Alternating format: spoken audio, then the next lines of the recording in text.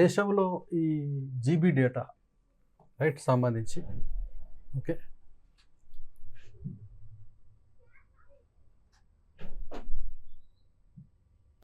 Okay దేశంలో ఈ GB డేటాకు సంబంధించి మనకు అందరికీ ఇంటర్నెట్ అందుబాటులో ఉండే అవకాశం ఏర్పడింది.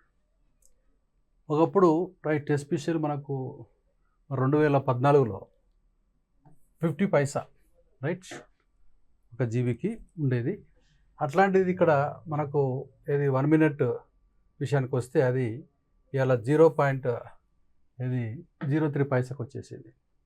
అంటే 50 పైసా నుంచి 0.03% ఇది పైసాకు దిగడం వల్ల అందరికీ అందుబాటులోకి వచ్చిన విషయం మనం ఇక్కడ అర్థం చేసుకోవాలి. కాబట్టి 1 జీబీ ప్రైస్ 2014లో 287 రూపీస్ అయితే 2025లో ఓన్లీ 9 రూపీస్ రైట్ విపరీతంగా తగ్గడం జరిగింది. ఇలా ప్రపంచంలో ఎంత ఉన్నదంటే $2.49 ఉన్నది. అంటే దాని అర్థం ఏంటంటే ఇక్కడ ఇవాళ ప్రపంచ సగటు కంటే భారతదేశంలో జీబీ యొక్క రేట్ తక్కువ ఉన్న విషయం అర్థం చేసుకోవాలి. మరి టెలికాం ఇవాళ ఇండస్ట్రీ వచ్చేసి దాదాపు జీడిపిలో 7.5% ఇన్కమ్ కలిగి ఉన్న విషయం అర్థం చేసుకోవాలి.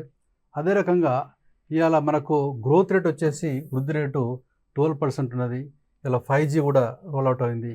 అయితే ఈ గ్రామ పంచాయతీ విషయం చూసినట్లయితే దాదాపు ఇప్పటివరకు 2,14,000 గ్రామ పంచాయతీలకు మనం ఇంటర్నెట్ విస్తరింపజేసినాం. ఇంకా ఒక 56,000 ఇది చేయాలనేది మనం అర్థం చేసుకోవాలి. ఓకే, సో మొత్తం మీద ఇక్కడ ఈ వోడాఫోన్ తర్వాత ఈ ఐడియా అనేది కొంచెం ఇబ్బందులు ఉన్నాయి. ఇక మిగతా విషయానికి వస్తే జియో కానీ ఎయిర్టెల్ కానీ ఇలా అద్భుతంగా ఉన్న విషయం అర్థం చేసుకోవాలి. మొత్తం మీద దేశం లోపల ఈ టెలికాం విషయం లోపల ఈ యొక్క డేటా ప్రైసెస్ తగ్గించడం వల్ల ఇలా దేశంలో అందరికీ అందుబాటులో ఉన్న విషయం అర్థం చేసుకోవాలి.